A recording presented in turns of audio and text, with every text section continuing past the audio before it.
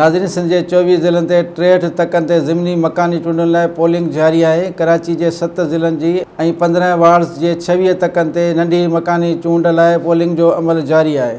जैकबाद, कशमोर, शिकारपुर, नवाबशाह ऐं सांगड़ जे हिकु हिकु तक ते पोलिंग, मटियारी, टंडोलयार ऐं जामशोर में बि हिकु हिकु तक ते पोलिंग जारी आहे। कराची में 68 इंतहाई हसास पोलिंग स्टेशननि ते CCTV कैमराउनि लॻाए 7000 खां वधीक अहलकारनि खे मुक़ररु कयो वियो आहे।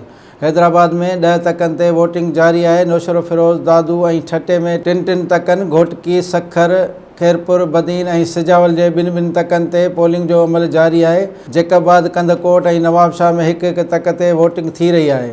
सांगड़, मटियारी, टंडोलयार, जामशोर में बि हिकु हिकु तक ते पोलिंग जारी आहे।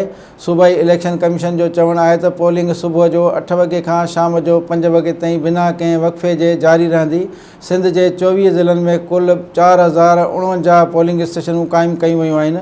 उन्हनि तकनि ते उमेदवारनि जे फ़ौत थी वञण ऐं ॿियनि सबबनि जे करे इलेक्शन न थी सघी हुई।